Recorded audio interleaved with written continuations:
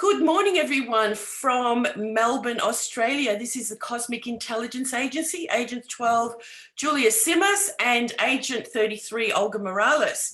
We have put together today an interview with two people very much in the know about something very interesting going on. You've probably heard about it.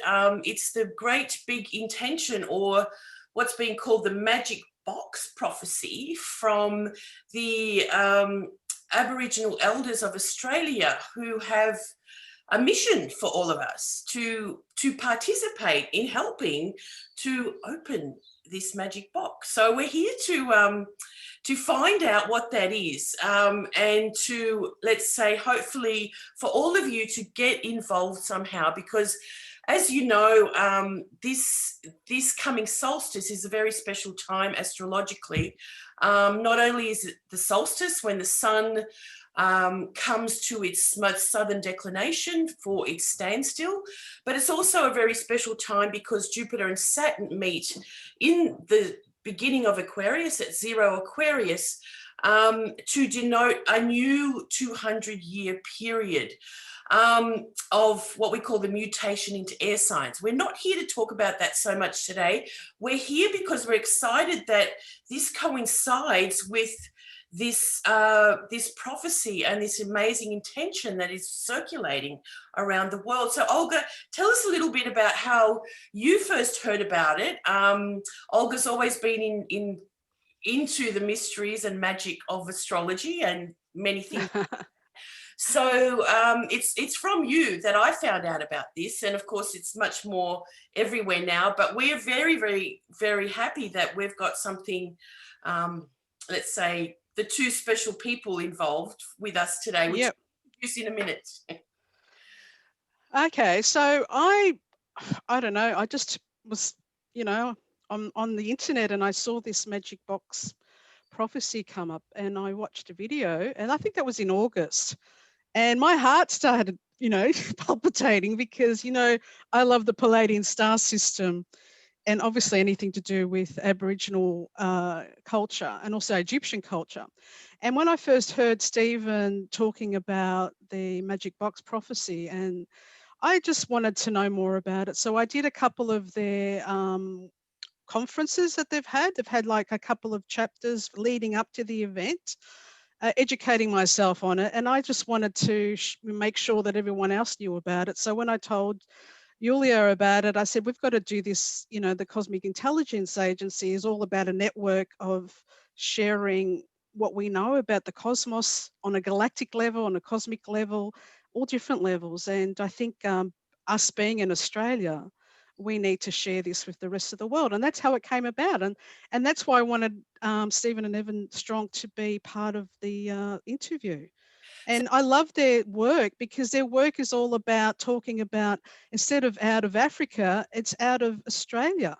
Yeah. And they've found hieroglyphs, Egyptian hieroglyphs in around Gosford or Carryong, that, there's a whole story there. So of course that's so exciting for me, and that's how it started. So I wanted to welcome them today. Thanks. So we can learn more about the magic box. Yeah, so welcome Stephen and Evan Strong, who are like behind this or know the most about what's going on here. So welcome, guys. Thank you so much. It's a pleasure to be here. Happy to be here. Where do we start? So much to sort of uncover here. So Olga, maybe I'll take it over to you, but it's just such a great pleasure to be involved. And the CIA has always been about intention, right? And cosmic intention, and it's very Aquarian to have many minds involved with this. So it's perfectly suited. And yes, tell us more.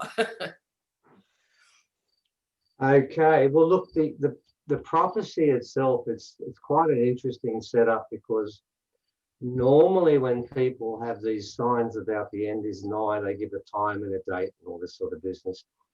We've known about this, we were told about this nearly 4 years ago by an elder, Brendan Ulikai.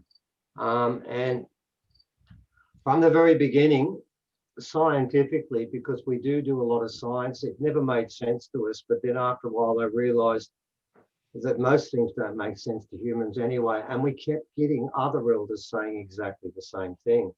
Now, I've got to make a point about this at the very beginning. There are people who say to us, I know a black fella.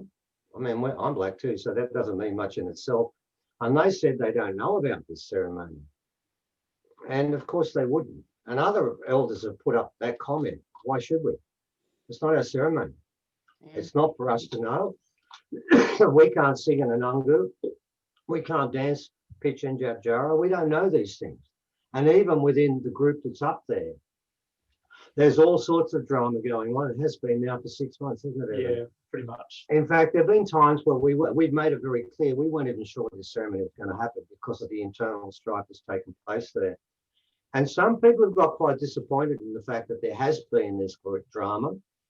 And I've said to them, well, look out the front window and see what's going there and work out for yourself, why should one place be isolated from this change? So the change very simply is this. I think the Mayans call it the dawning of two roads.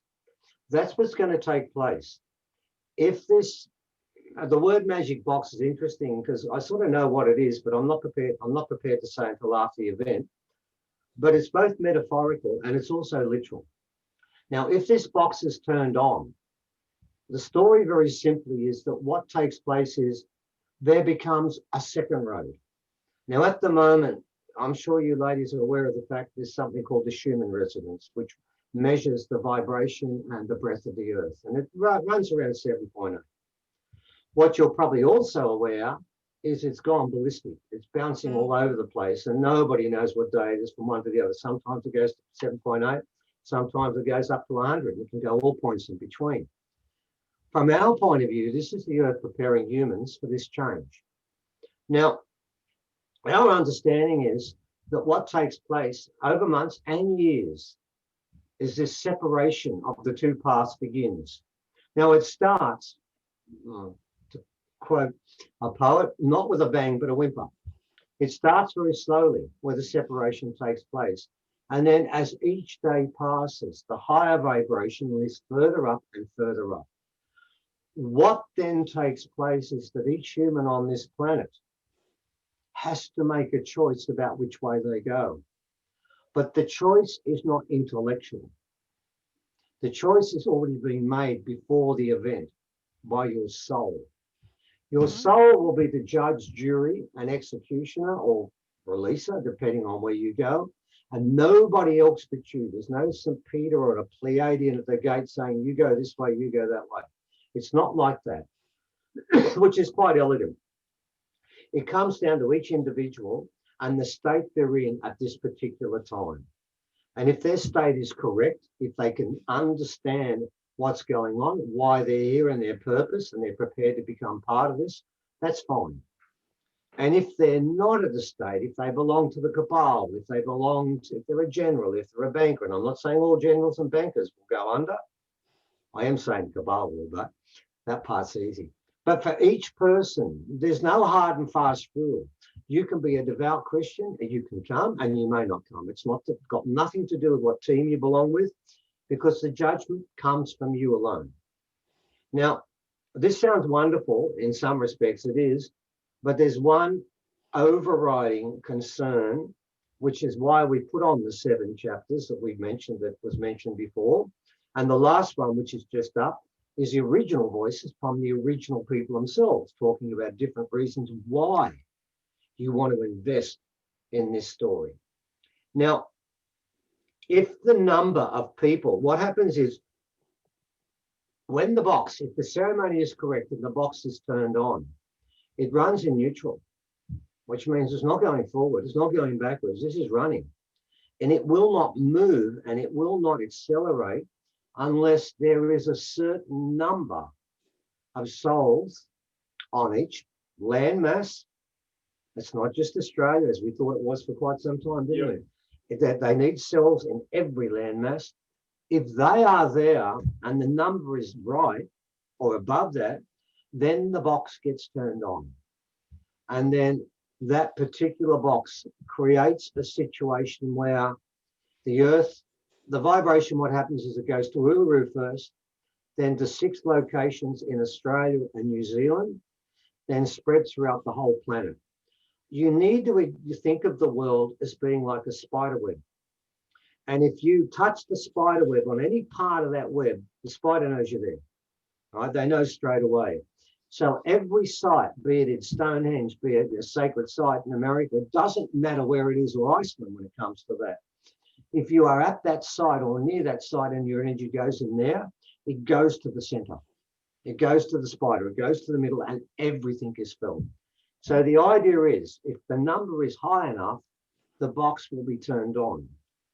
If the number isn't high enough, the box doesn't get turned on, and then the earth cleans itself in a much more dramatic and devastating form, because it has to. It's okay for people to say, if we all get together in a group and all the suits and ties meet in some building somewhere, we'll sort out what global warming is or isn't. That does nothing for the fact that 3% of the insects die each year, and within about 25, 30 years, we'll die anyway, because there'll be no insects left. That's happening. That's the truth. 35,000 species are under threat of extinction right now. That won't change with their meeting. Everything else on this planet, the children born today are born with 128 chemicals that shouldn't be there. That won't change with a meeting. The plastics in the seas, that's not going to change with that meeting there. They seem to think if we put the finger in one hole in the dike, the whole thing will stop leaking. Ridiculous. All that happens is more water comes out of the other one's harder. That's all that's going to happen. So it's very important we understand that the aliens that are part of this cannot put any energy into here, because they don't belong to this planet, and we created the mess. We have to fix it up. So it's entirely up to humans to fix up the mess they've created. Now, I want to make a point here. It's a very important point. To be honest, as a species, we deserve to be wiped out collectively. We have done so much that's wrong and so little that's right. We deserve to go. But I would put it to you, what did the animals do wrong? They lived with nature's accord. They lived within the rules of nature, and they never broke them. So why do they get punished for our stupidity? So I would say to people, if it's not for us, don't do it for us, because really we don't deserve it. But do it for all the species on this planet, because we know what the earth will do if this doesn't happen. Okay, and it's very much, what's that movie in 2012? Well, I think it's called 2012. Oh, with the monk, bang, and the water comes over. 3 times around, the water goes around. And we know elders who are the keepers of that story, and they're preparing for that. Yeah. Now, that's one way it can happen. Now, the trick is with this, it's very important that people understand that a lot of people have said, oh, yes, well, I'm evolved, haven't they, Evan? Yep. I'll be part of this. No, it's not like that. It's actually quite interesting. The elders have put up on our website a series of instructions for how to prepare for this. And I'm going to make the point, I want you to think about, I play a lot of tennis. I can tell you that when Roger Federer prepares for Wimbledon, he doesn't watch TV until the game and then pops out for a hit and then comes back. He trains. Well, the elders want cleansing. They've got 7 levels of things they want to do, which are written up on our website. We didn't write that section. We've written other sections, but that's theirs. What's your website? Just we'll put the link in so everyone can watch. Yeah. I can put the link in the text box now if you'd like. Yeah, that's good. Okay, you do that, and I'll sort of keep going while you're doing that. Yep. So it comes down to this, ladies and gentlemen. It comes down to very simply a matter of that we need people on site. Now, I've got to make the point here, for this to work, you have got to make some sort of direct contact with nature. Now, that means the following. If you're in a high-rise building, that ain't going to work. I'm sorry, concrete's not a direct relationship to anything. It's just concrete.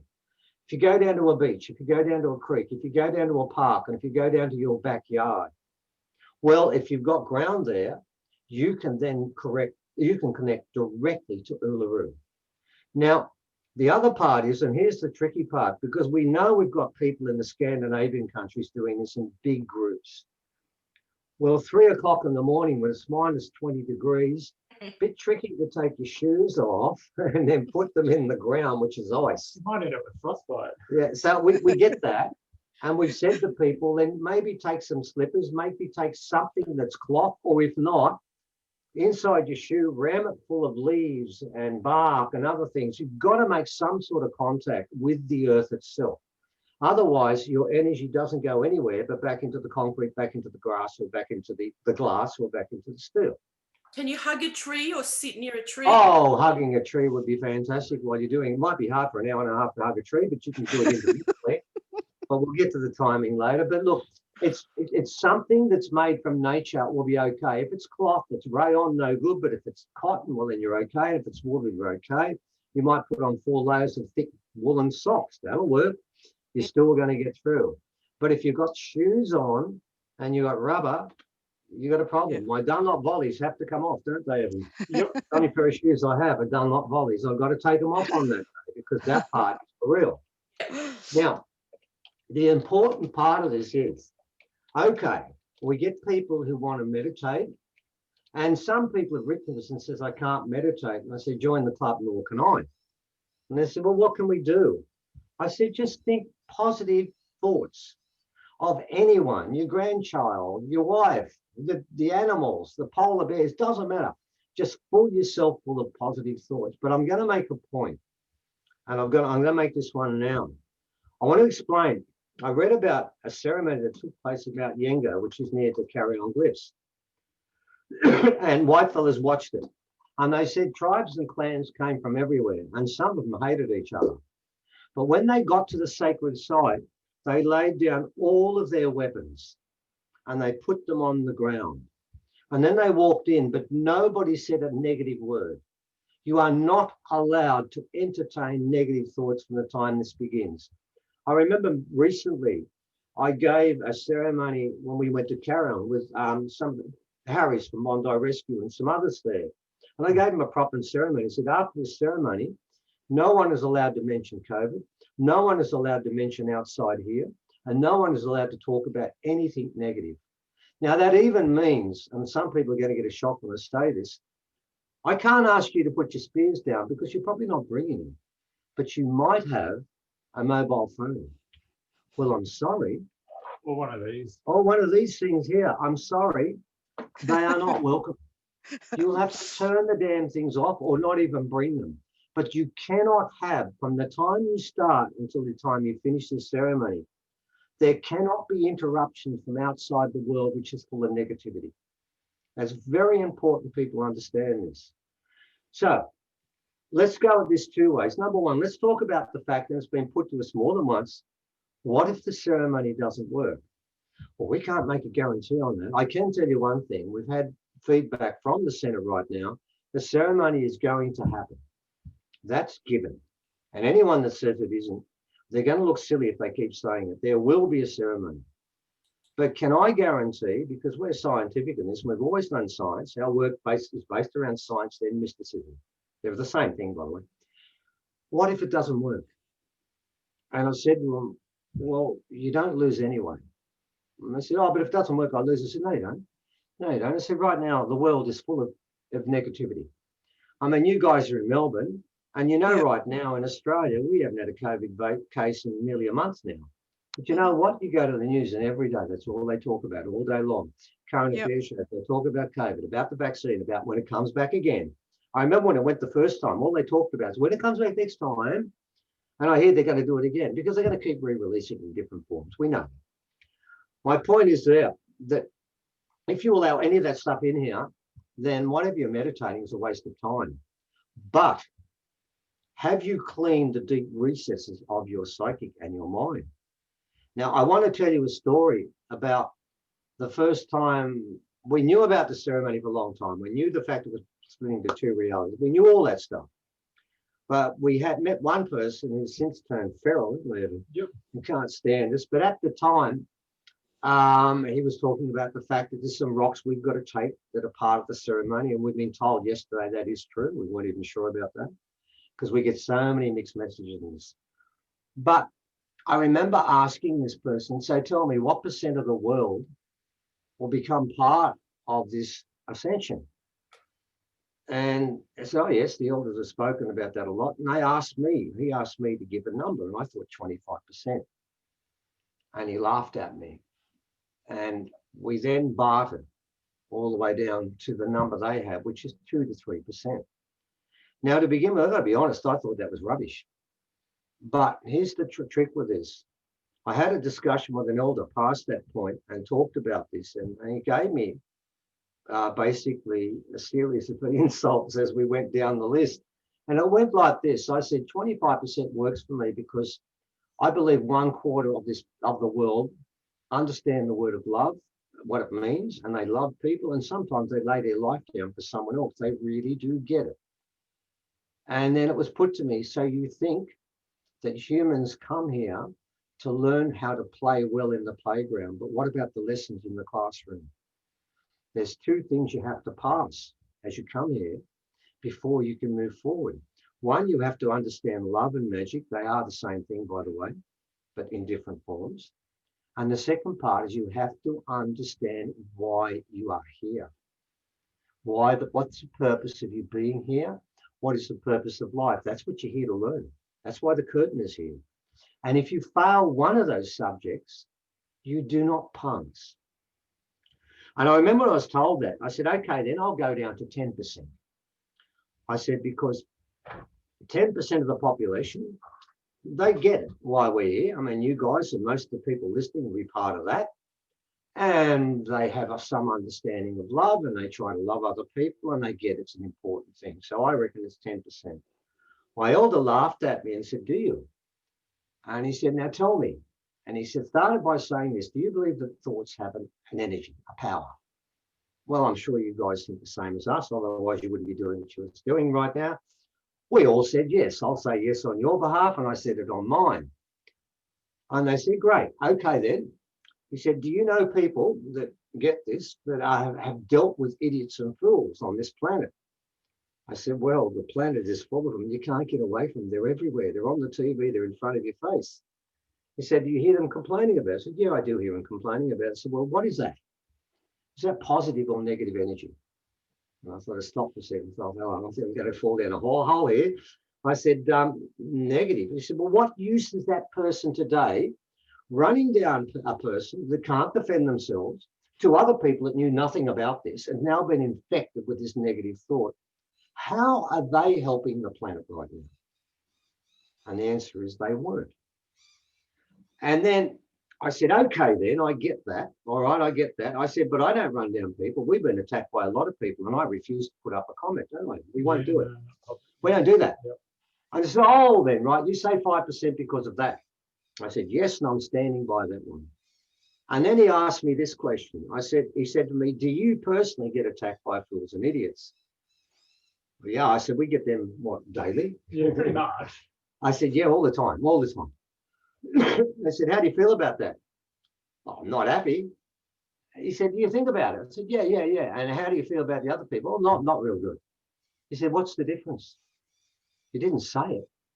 But what are you thinking right now? Is it doing your stomach any good? I sort of quietly said, yeah, no, it's not. No. He said, well, then it's no different. He said, if you are there sitting there thinking about someone that's done something to you and you're coming to that ceremony, it's still there. We're not getting 100% octane fuel. We're getting 95% with a clog in there, some lead that's caught up in there, and that will stop the flow. He said, those people are no different than the ones who complain verbally about this because they're still creating negative thoughts. And this comes back to what I said before. If we have millions and millions of people giving positive thoughts throughout the whole of this planet for a period of time, how can that be a bad thing? Irrespective of the result, how's that a bad thing? And secondly, how's that a bad thing for you to block every negative thought and emotion out of your head and out of your mind and out of your soul for a period of time? How is that going to harm anyone? And the answer is it doesn't. So I want people to understand when we talk about this ceremony, and by the way, I'll get back to what happened in the finish, it doesn't really matter if it doesn't actually happen. It's just more important that people start thinking in a different frame mind. And once they think like that, can they go and get other people? And we can do it again in another month and in another month and keep doing it. We can cleanse the earth either way. It may well be that this ceremony will magnify that, and I believe it will. But even if it doesn't, it's not a bad thing to do. And I know there are millions who are part of this. And what I love in particular is we never arranged any of this. We just put this out, and then people wrote to us and said, we're going to do meditation groups. And we just said, great. Yeah. Now we're getting 30 people a day asking permission to do meditation groups all over the world. And we just say, great, yeah, fantastic, do it, fine, but we never arranged it. Isn't it much better? This is what this is all about, you see. It's not about somebody taking control and running this. It's about every individual becoming accountable for their actions. And if they want to become part of this meditation group, then what we say to them is, start practicing now. And this is what you've got to do. You've got to walk through life from this point on, and the fools and idiots won't go away. There's no magic click of the box or anything that's going to make them go away. And you've got to, and when they insult you, and when they say things to you that annoy you, you've got to smile. Not smile sarcastically, but smile, giving them love. And secondly, realize this, feel sorry for them. Here we are 2 weeks out, 1 week out, and they're not ready. And you've got to say to yourself, well, isn't that sad? That person's saying those sort of things a week out. That means when this change comes, I see where they're going. So what you as an individual have got to learn and train yourself from now on is you cannot allow, I mean, if you want to watch TV right now, put on Double J, which I do, which is music without sound, without anyone talking and no one talking about the news. Don't let anything that's negative get inside your head. And if it's there, smile at it. Don't growl at it, smile at it and say, well, that's a shame, isn't it? Because it is a shame. Because if humans are running around bitching about people and saying horrible things and attacking other people, I don't get that. On TV, if you don't like the station, you know what you do? You turn it off. But it's strange now, we've never got electronic devices, that people feel compelled to be a troll and attack someone because they've said something that doesn't suit them. You can't do that anymore. Yeah. That has to disappear. Yeah. It's very important people understand that if you take negativity to this ceremony, you'd be better off watching a reality show at home and don't come. Because seriously, you're no use to us right now. We need, and I know the cells in each continent. I mean, I think if you go to Iceland, they can't be expected to put up that sort of number, can they? That's not possible. But they were talking about the continents, and the number that's needed is 6 figures. And for Australia, that's an issue. Okay, that means we've got to have, and it's not 100,001. I'm not allowed to say what the number is. It's past that. It's well past that. My concern has been from the time we were told about this that we would never get the numbers up. And to this day, everyone tells us, oh, you'll be right, we'll get the numbers up. And I keep saying, or we keep saying, yeah, well, we're not so sure about that. So shows like yours are very important because it doesn't matter where you are on this planet. If you're in England, if you want, you can face Uluru. If you want, you can face Stonehenge. I don't care. Either way will do. But just go somewhere where your energy can get to a sacred site. You don't even have to face it. You just have to be on a part of the earth that's not damaged, not destroyed. Now in Australia, we've got beaches everywhere. Yeah. You can go to them. And we've got lots of open land. We've got parks. We've got creeks. Any of them will do. Anything will do. But what won't work is staying inside your house. Yeah. So that's good to know, Evan, because it doesn't matter where you are, you can get involved with this. But what about the time of it? The timing we talked a little bit about before we started, but just because people are going to ask this question. So the time... They have been every 20 minutes, believe me. Because there's a few things on that day. Look, it's been constant, and I appreciate you bringing this up because it saves us saying it time after time after time. I'm using the word time a lot. Yes, the conjunction of Jupiter and Saturn is part of this. In fact, it's more a part of this than the solstice. The planets were mentioned to us first. The solstice is part of it. The fact that two of them together at the same time, people should think about that. How often does that happen? It's okay to say this conjunction happens every 800 years for the planets, but put the solstice alongside, it's a pretty rare event. Now, very simply, the timing in Uluru, and I rang yesterday to confirm what the timing is, because I was told at the very beginning, it's a pragmatic thing. It doesn't, from what I've been told, line exactly with the solstice to the second. nor does it align exactly to the highest point of the conjunction. What it does align to is the park closes at Uluru at 9 o'clock. After 9 o'clock, nobody should be in that park because it's illegal to be there. So why do you think they're starting their ceremony at 9:02? That's because that means at 9 o'clock, and by the way, I can tell you, we know this, don't we? Yep. The number of park rangers for this event has been multiplied by 4. And I'm going to tell people too, if you don't have a hotel place there and you think you're going to camp out in Uluru in the middle of the day when it's 55 degrees, 58 degrees, where it's not shaded because that's the temperature, that's a shade temperature of 45 degrees, with no water, no sanitation, you are going to be in trouble. And they don't want that. And they've made it very clear. In fact, at one stage, it sounded like they were ripping into hippies, wasn't it, Evan? Yeah. It did sound like that. New Agers and hippies were getting up there a fair bit of the call. But it's going to be primarily New Agers and hippies who get this up. Let's be honest about that. And they know that. Their concern was they're preparing for a ceremony, just the elders, right? And I can tell you now, Uluru and all the communities around are in complete lockdown. They will be in lockdown for this. Most of the people there know something's going on, but they don't know what it is.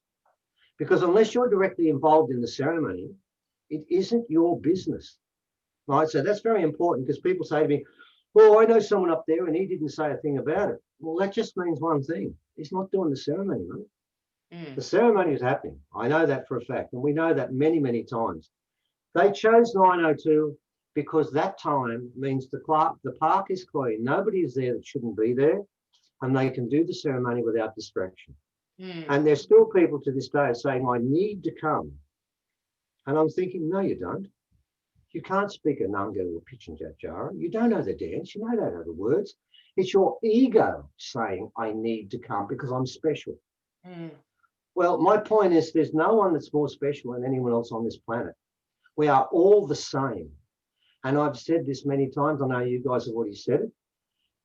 If you go to Uluru and you're not asked there, you are insulting the elders and destroying the ceremony. If you go anywhere else on this planet, you're obeying the elders and facilitating the ceremony. That's the only answer there can be to that. So if you're in Iceland, and I know they're doing it there, and they're going to, and I've had one elder that's not a proper elder who's told original people they're not allowed to dance when this happens. There is so many misconceptions, so many lies coming around with this. You've got to be careful. You really got to be careful about this. Think about this. This guy is called a major elder. A lot of people are posting this up and saying he knows what he's talking about.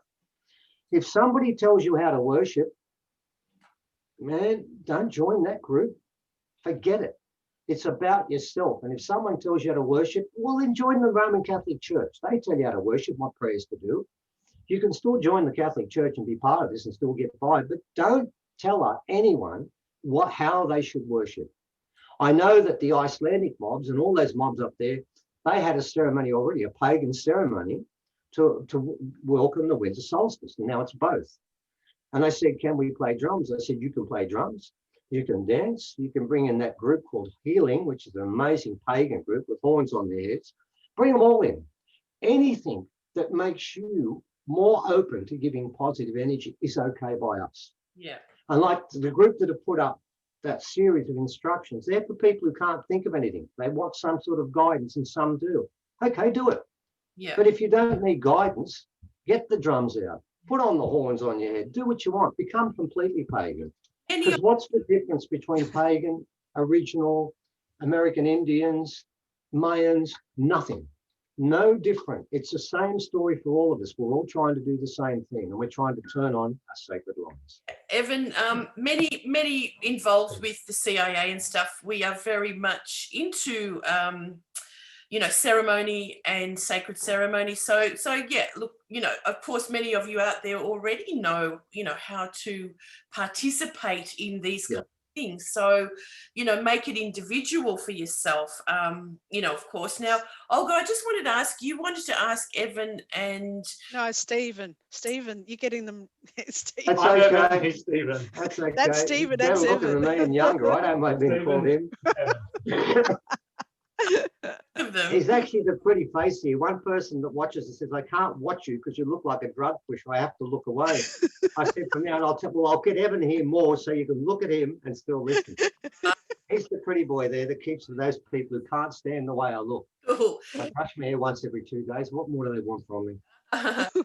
Olga, you were going to ask what the significance of what the original elders would know about Jupiter and Saturn. Yeah, what's that? Well, I don't know. I just was told from the very beginning that it was all to do with the alignment of those two planets. I mean, you've got to remember, all of our information, we've had to do a leap of faith on all of this. We've never had direct contact. We've had indirect contact with about 5 different people, and we trust a few of them. Alan, we trust, don't we? Alan Parsons, wonderful man. And he's going there right now for the day, as he calls it.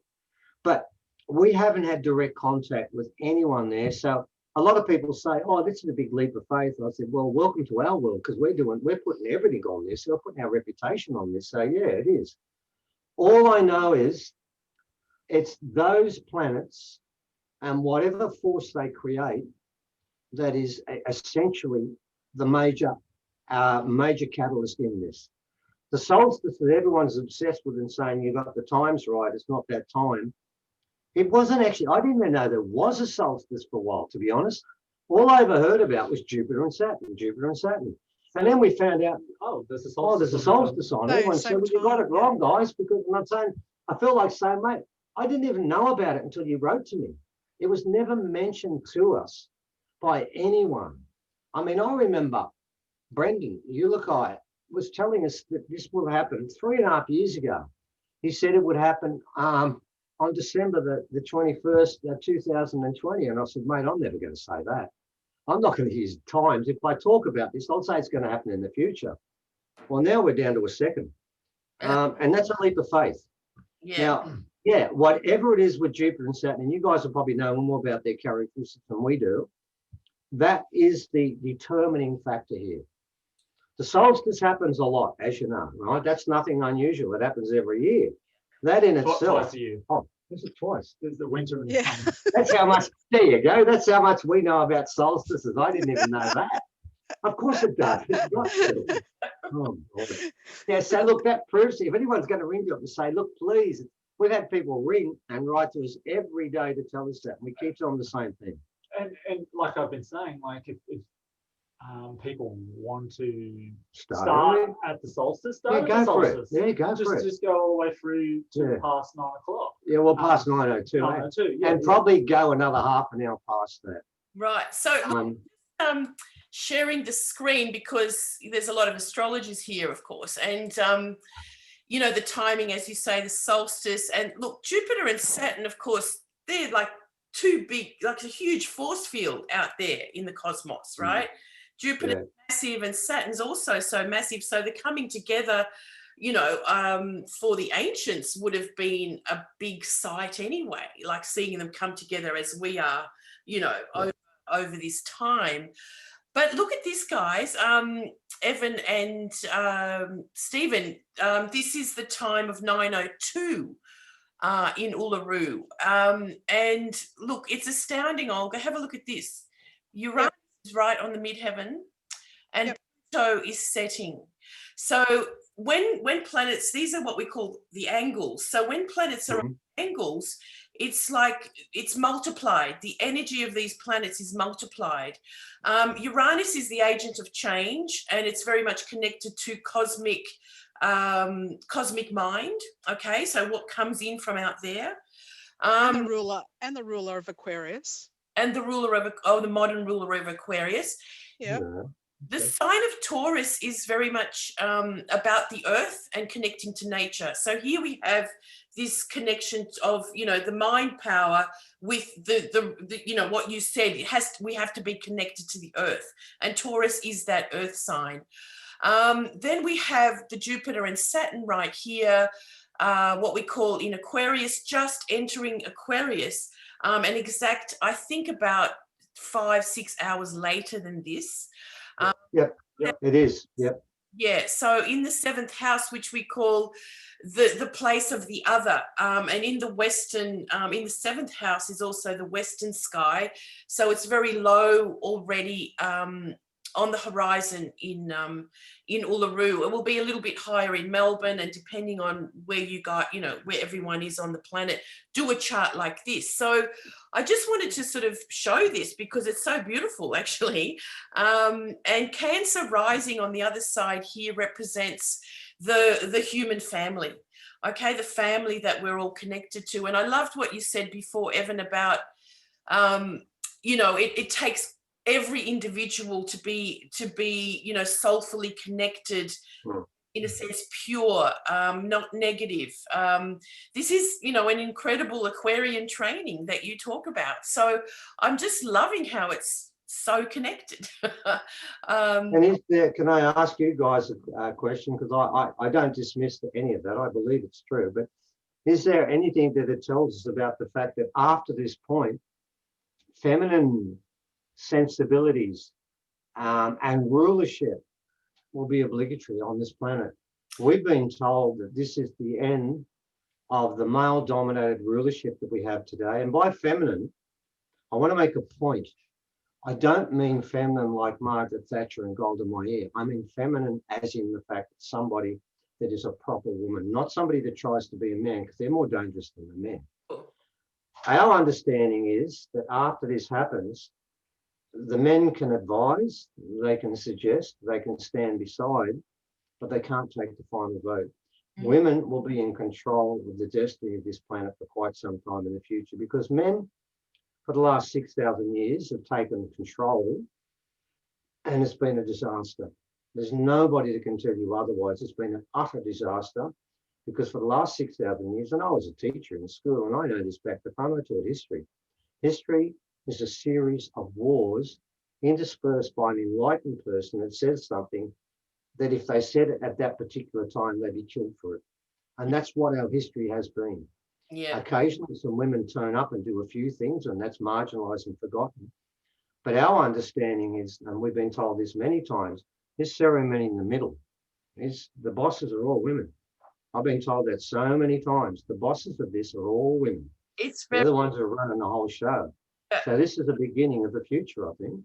It's quite evident in this chart, and I'll point a few things out. But as astrologers, we've been talking about the rising, you know, sacred feminine for quite a while now as well. So it's very much, let's say, the new version of a better world and a better system, not ruled by the patriarchy that, you know, is full of greed and so on. So I'll just point out the things that you just said. So Cancer rising is feminine. It's like the great mother, the great of the planet, ruled by the moon, which is also feminine. The moon is with Neptune, also like a higher octave of the everything, in Pisces, which is again another feminine sign.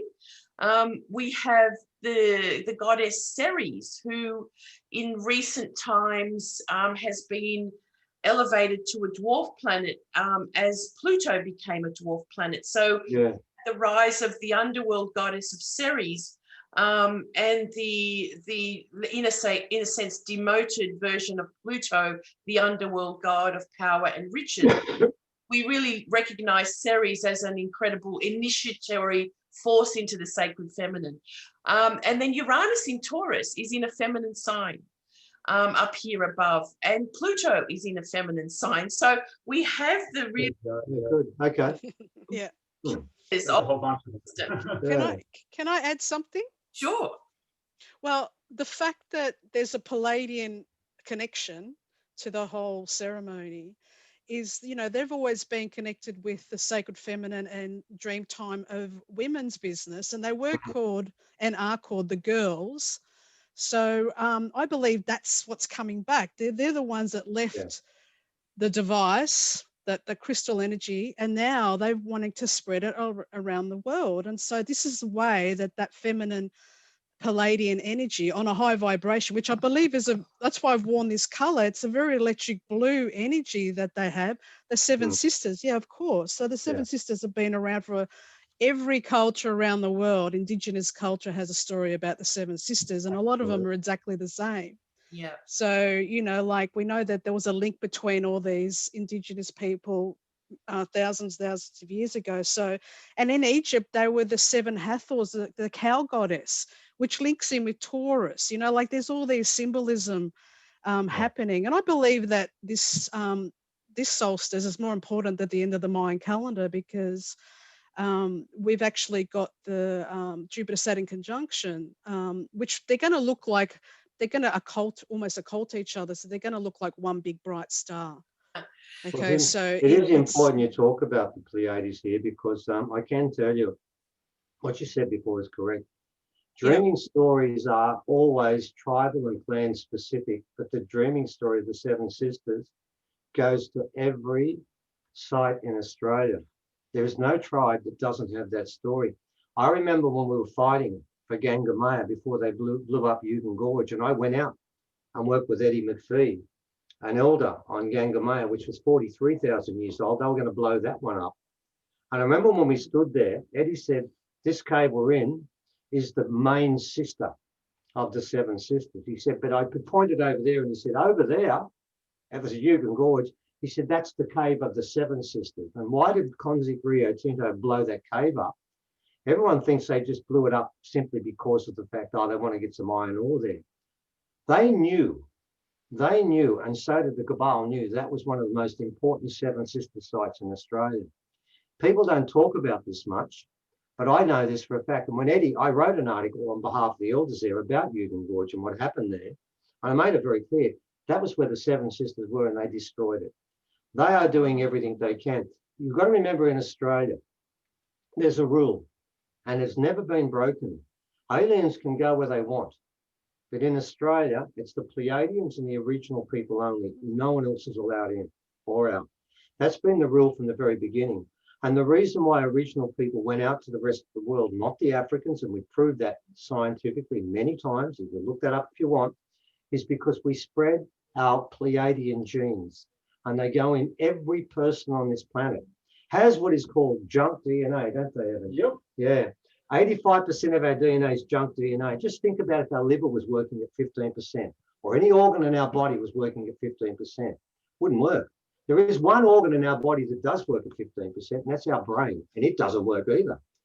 Very important you understand that that Pleiadian gift was the DNA that every person has. So when this happens, there's not a person on this planet that doesn't have within them strands of the mitochondrial DNA of the Pleiadians within them. That was done deliberately for this event. Yeah. So that no person can say, I wasn't called. You've been called, A, you might have heard about it through us and what we put out and others, but B, your genes right now are rumbling. There's not a person you're going to meet right now that isn't going to tell you on a personal level. They've gone through so many things this year, difference, not so much COVID, but just themselves. That is the Schumann Residence, waking up genes inside your body that have been dormant. And in some cases, I've got to say, extinct. And for them, it doesn't change. But I do know, and let me share this with you. It's a very famous prophecy, isn't it, Evan? It is. If anyone doubts the original people didn't know about this, on our last Original Voices one, we had Arnie Minnie Mace there. And she didn't mention this at the time, but we know this 5 years ago. And we forgot it, didn't we, Evan? Yeah, we did. We forgot she said this because it was stupid. It was so dumb, we forgot it. But one person called Lavinia, who was up our place when they did an earlier conference when we were allowed to talk to humans at Byron Bay before that changed. And she said, you remember Arnie Minnie's prophecy of the toilet paper? And Evan and I both looked at each other and said, what are you talking about? Puzzled. What do you mean? She said 5 years ago, she told us, we asked what would be the first sign of the change that's coming. And she said it would be a run on toilet paper where people would fight over it. There'd be arguments over it. She said it would become the most sought after item in the planet. That's and of course, we both looked at Arnie Minnie at the time. We must have thought, Man, you're having a seniors moment here. What are you talking about? We forgot it. But here's the funny part of the story. Lavinia didn't question it like we didn't. We just put it away. She then bought toilet paper and filled up a spare bedroom with toilet paper. For 3 years she did it. And No. after 3 years, she told us, she figured, oh, only mini mates, it's crazy. So she started using the toilet paper and finished it a week before COVID. Ladies and That's a gentlemen, great for those story. people who think this is rubbish, I would ask you, go around the world and find out how many people prophesied 5 years ago. I remember going through a supermarket and I saw a security guard with a seat staring at vacant rows of toilet paper. There was nothing there, but he was guarding the spot where they'll be there in the future. And I'm thinking, what's going wrong with this planet? And of course, the answer is, you ask the elders, they'll tell you. 5 years ago, they told people. Then she told us, and we didn't listen. So she told us that was what would happen. Well, no one would have prophesied that but her. But the important part is, the prophecy wasn't about the toilet paper. It was about the signs of the change. Yeah. So when you say some original people don't know about this, and a lot don't, there's a lot that do. And the point is, the ones that do are what I call higher order elders. They know their business. I mean, to hold on to a ceremony like this that changes the world, man, that's just not the precinct of every black fellow on this continent, because we don't all deserve it. Yeah. And the ones who've got this, the ones in Uluru, they have such a massive responsibility on their shoulders to get this right. And that's why the security is 4 times increased. That's why even at the conferences, and the one we're going to, if you don't have a label on there, you're part of that conference, you will be challenged. And if it's found out you're not there, you will be fined $500 and taken away to be told to leave and not come back. It's very serious. So yeah, think about this. If Auntie Minnie Mays can work out that there's going to be run on toilet paper when no one else in the world is, we better start listening to this more. Because it may well be, if they got that right, they got the rest right. Yeah. I just want to point out, thanks, Evan, for that. No, Stevens, Jules. I'm so No, I'm happy with Evan. I'm quite happy with it. I'm quite happy with it. I'm old and ugly. He's quite good looking and younger. So call me Evan as much as you want. I just point out in this astrology chart that the Pleiades sits around 0 degrees of Gemini in the tropical zodiac. So therefore, the beginning of Taurus in constellation. So it's directly, let's say, enshrined to Jupiter and Saturn. So it makes sense that it's kind of like, connected to this incredible, combination of Jupiter and Saturn. Well, can I add something? Sure. Now, the central star of the Pleiades is called Alcyon. Yeah. Okay, Alcyon. And Alcyon in Arabic, because all the fixed stars have got Arabic names, actually is made up of 2 words, Alcyon, and that means the center. So all the indigenous people, they believed that Alcyon is the center of our galaxy that we revolve around. Okay. You do revolve around the Pleiades. Yeah. And so and a lot of them had the calendar specifically called, so we've got the precession of the equinoxes, but in certain circles, it was actually called the Great Year of the Pleiades. And also they had calendars just looking at their rising, setting, and whatever else they did. Yeah. And I know that when they culminate at midnight, usually in November, that's when we have the Day of the Dead. Okay, celebrations, Halloween, the dead, and they have the corroboree and the fire ceremonies for celebrating them as well. So, they're everywhere. But the fact that there's the center that we're supposed to revolve around, to me, this prophecy is about that, because Uluru is supposed to be the solar plexus on the earth. Okay, so if you imagine, if you animate that chart, Jules, they'll be on the midheaven. How long's the ceremony supposed to go for, Stephen? Do you know? How long is a piece of string? Okay. But we it's have no idea how long it's going to be. but you'll see, if Jules animates the chart, you'll see that at some stage, they'll be, the Palladian star system will be right above them while they're in ceremony, which I think is a pivotal point on the night, because they're bringing that energy from the center into the center of, or the solar plexus of the earth, which is like the center of the solar system, like the sun. So Uluru can be thought of as the sun, and everything revolves around it, or all these sacred sites are like the planets, you know, attached to the sun. You know, visually, that's what I see when I see this ceremony. Yeah. And I see them watching this amazing activation of all the grid, the earth grid, and then moving up a level of vibration. Because we know, as you said, Stephen, the Schumann Residence, which I watch every day, has been off the charts. Like, you know, like, and I've been warning people, are your ears ringing? Have you got a headache? You know, have you got pressure on your head? You know, go and ground yourself, hug a tree, do something, dance, because the energy is, and we've had more solar flares, we've had a sunspots increasing. You know, everything's, you could see that the earth is going through a major transformation on a vibrational level. So this ceremony is really showing us it's already happening, but us connecting together to accelerate it and be part of it, and activate the DNA that we've got in us. It's been dormant for however long, because we've been stuck in certain vibrations. So that's why I'm excited about it. And that's why, obviously, I wanted the CIA to be involved, because it's a phenomenal experience for us. And, you know, the fact that it's the age of some people say it is the beginning of the age of Aquarius. I believe Jupiter-Saturn conjunction is ushering in the new age, and we're part of that, and being part of this expansion, and also going up into the fifth dimension. Even the song, you know, the dawning of the age of Aquarius, the band was called The Fifth Dimension. I think it's really funny that, you know, and it's funny, Jules, that they're in the seventh house. Yeah, that's how the first line starts. When they're stuck in the seventh house. Remember that?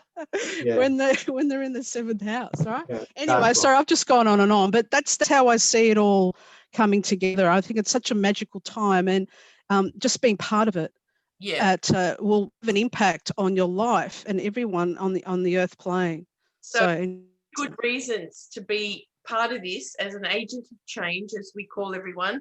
I just want to point out before I stop sharing this chart that there's, again, more signatures of the divine feminine with the black moon Lilith, which is the node of the moon. It's the apogee of the moon's point, and very much connected to the deep center of the earth and her gravity. Okay. Yeah, right. We've also got Mars, which is, you know, the warrior Mars representing activation. And he's conjunct in astrological terms Eris, who is a goddess who promotes, let's say, oh gosh, she can be quite vicious, but she is radical change. Radical change. And what we've seen of her, she's only recently discovered in the last 15 years or so. But what I see her as being able to affect consciousness and things that spread very fast. Now, this is perfect for this kind of event, because this arrow points to what we call the sun line and the midheaven. But where Eris is and Mars are directly above in Uluru, like, you know, they're the center of the prime vertical, as we say. So it's all very well aligned for your special mission, for this special mission, everyone. So it's pretty exciting, isn't it? There's no reason not to be involved. No. No, there isn't. And there's I put it to people like this. There's a line from the Muse song that I think resonates with me, where it says, this is the last chance to save ourselves, not yourself, but ourselves. And I think that particular song's very prophetic. It's about a change that's coming anyway. Yeah. Not so much relating to this, but just a general thing. And this is what this comes down to. People have got to understand the Earth doesn't rotate anymore. Now it wobbles. The North Pole is no longer where the North Pole was. It's making its way down to Siberia. Think about this. If the Earth is wobbling because it's out of balance, mining to an extent is part of that, and the North Pole is moving, If we don't step in and heal the earth, it's going to shift. And it's going to be dramatic. It's going to happen within a day. And we won't know what to do then because there's nothing we can do. This really does become, and the problem is, I'm talking about something where there's going to be two realities on one physical plane. Now, if you try and get me to explain how that can happen scientifically, there's nothing I can say. But then again, how do you define magic? I mean, we've seen our elders, my main elder, the one that's given me the right to talk about this, Kana. We saw him disappear in front of Evan, in front of Graham Hancock and his wife, in front of a lot of people, and he disappeared. You ask Graham about this in Santon, I'll tell you exactly the same thing. They will tell you he disappeared. And he told people later, I wouldn't ask him because I wasn't going to, I know what I would have got, 5 questions and no answer. He said, it's something I'm doing, it's something that every human on this planet could, but it came from a time when we had more DNA. And he says that a lot, doesn't he? Yeah. Always talks about this comes from a time we had more DNA. Now, what he means is it's not that we had longer strands, it's just that we're using it. My understanding is that if we were to use all our DNA, we could disappear like Kano. I mean, I could sit here now for half an hour and tell you stuff he's done that every scientist on this planet would say, you're deluded, you're mistaken, it didn't happen. But it did happen. It's that simple. We saw it. And what I saw in Kano is our future. What he was saying was that every human on this planet, and remember this, when original people were born, before the whites came, and they had to come, before anything, it was agreed that every human that was born in Australia had some degree of magic. And their role was to nurture and improve that magic. Whether they were telepathic, whether they could disappear, whether they could do what Kano did, which is actually talk to animals. All these things we are capable of doing. And the reason why the Pleiadians chose the original people, by concord and agreement. We know the dreaming story. We won't talk about that now. We'll talk about it when we do our next presentation. But we know the full dreaming story. And it was only through agreement did the original people and the Pleiadians share everything. And I do mean everything. Genes, the whole business. And as you may know, we do actually have a skull of Pleiadian. And by God, hasn't the government been happy about that? Oh my God. I have a set of letters like that putting me in jail about that skull. We still have it. And it is definitely Pleiadian. It's not a skull that can be found here. It has no forehead. It basically goes backwards 190 degrees like that. 95% of the brain matter is below the eyes. It has nothing. It's got eyes that are 46% bigger than ours. It's got a brain capacity of 1,800 cc. I could go on and on. It's not from here. It is not a hominid because it doesn't even have sutures. All hominids have sutures. The government knows that. We have the skulls in front of us. Why was that skull found now? Because the Pleiadians are coming back. This is part of it. And that skull came a long time ago to cleanse this earth. And they were shot down and destroyed by reptilians. And they've waited for this to come back. And remember one thing, ladies and gentlemen. Why do you think aliens from all over the cosmos have been here for so long? It's for this event. Because what happens here resonates not just through the planet, it resonates out through the whole cosmos. See, what's happened is life is supposed to be a balance between good and evil, and they're supposed to be balanced. On this planet, there is no balance. If you're good, you will never win. If this doesn't happen, we can never defeat them. They own everything. It's too late. The only way this can change is this get out of jail clause they left for us, which is to enact that box. I'll tell you after what the box is, but those people who say it's a metaphor are idiots because it's literal. And those people who say it's just literal are no less aware because it's both. And I will tell you exactly what it is later, but what people need to understand is it does exist. It's a receptacle for your input and it needs a lot. That's what this is all about. And if every person here, it doesn't matter where you are. It doesn't matter where you are. And I know that for a lot of people, the timing is appalling. In England and in Europe, it ain't a great time. It's winter, it's freezing cold, and it's the middle of the night. It's probably in the morning. Well, remember, this is supposed to be a leap of faith. And if you turn up, my God, you're getting a tick for the leap of faith part to begin with. And that means your energy, if you get there, will be stunning because you've been through so much. You've actually challenged nature at its worst and said, I don't care. I don't care how cold it is, how dark it is. I'm putting out light. And that's what this is all about. Changing the planet, and the only group that can do it is ourselves. And what we've got to do is, like the black fella said way back, every human has a little bit of magic in it. That means you still have. Use your magic on that day. I love it. Fantastic. I love that. Thanks, Stephen. Yeah, that's gorgeous. That's a really great way to let's say wrap it up. Yes, the magic. Yeah. That's wonderful. Believe in the magic too. We are magic. We are all magic. Exactly. Don't let the scientists lie to you anymore. We are magic. A miracle is not a miracle. Yeah. It's just us doing something normally used to do all the time. We're lucky. We are incredibly lucky because my elder was one of the strongest elders in this planet. One of the strongest in Australia. I know that for a fact. And we saw him do things. And I was a scientist. When I started, man, I didn't believe in this stuff. But when you see it time after time after time, to the stage now, I can't remember all the things he did. Yeah. And what I saw then was, oh, that's how we're supposed to be. I can scientifically see it now because it's been empirically proven to me that we are magic.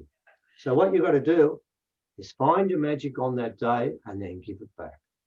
Fantastic. That's a great message. That's so beautiful. And then that whole idea of from the heart, from the center, from the center of the planet as well. You know, yes, please, everyone, get involved. Share this video. Share the website of Forgotten Origins. You can read up more about it there.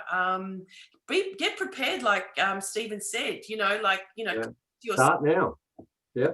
Prepared, like when we go into ceremony, let's just say with ayahuasca, you have to be completely cleansed and pure in order to take the goodness of the medicine. So we all need to, let's say, purify in these next few days to some degree, and switch off that noise, which is the news and the so how beautiful. Such a great thing to be involved with. Thanks again, guys. And my pleasure. We can do, like, again, we'll what do you call it, forward the message as much as we can. And thank you. For all of you out there, forward the message as much as you can. Get yourself involved on that night. As the CIA, we're going to actually do a broadcast on the 21st, just before this ceremony, to prepare, and then we won't be online for a few hours. But then we're going to come back with about 12 hours of agents talking about all kinds of things, about how exciting it is going into this new era for about 10 or 12 hours from around the world. So details on that coming in the next few days. So I really look forward to bringing you that. And let's keep our hearts together for this amazing ceremony. We definitely will be there and be part of it, and look forward to the new dawn. I mean, it's probably not going to be all of a sudden things are going to shift. No. You've got to have faith in this one, because maybe 3 years from now it'll become obvious, but it won't become obvious. Yeah. Some people have said to me even now, they said, oh, there'll be Pleiades spaceships up there. I said, well, if that happens, is it a leap of faith now? Or is it, oh, yeah, the hippies are right, I'll join them? That's no good. You've got to make a commitment on something that you can't see at the moment, but you believe in your heart to be true. And that's what we're asking people to do. Yeah. I don't know, maybe there will be spaceships there and blue lights flashing. We don't know either way. I'm inclined to hope that that doesn't happen, because I want people to do this, to make that leap that we've made. We've made the leap by backing this. Do the same thing. That's all we're asking you to do. Yeah. Can't go wrong. Oh, well, I'd love to interview you next year, Stephen, regarding the ceremony and what happened, if you can share it with us. Yeah, I will. No, Duncan from Nexus wants to put up an article when I get back straight away about that. Yeah, and we will share with people. I'll give a rundown, and I'll be honest about it. If it turns out the ceremonies have flopped, I'll be the first to tell you. Don't worry about that. But I wouldn't say to people, don't keep doing it, because they probably enjoyed having that night out and they might want to do it again. So I'm never going to stop people from doing that. I'm just hoping and praying that the rest of it fits in perfectly. And it sounds to me like the stars are in alignment and everything's in alignment. So Yeah, it Yeah. was good to see the confirmation through the chart. Yeah, that was good. I Thank you. appreciate that. Thank you. We're all yeah, amazed that it comes together. You know, there's more at work here than just what we do or just what you could do. You're like all connected. So it's beautiful. right. Yeah. So blessings to you too. Blessings to everyone out there. We will be in touch. And yes, this will be on YouTube and stay on the Facebook page here. So All right. Okay. the ceremony. Thanks Thank so much, you. Matt. We appreciate it. Thank you. It's Have a big help great for us. time. We'll be thinking about Very you. well. Definitely.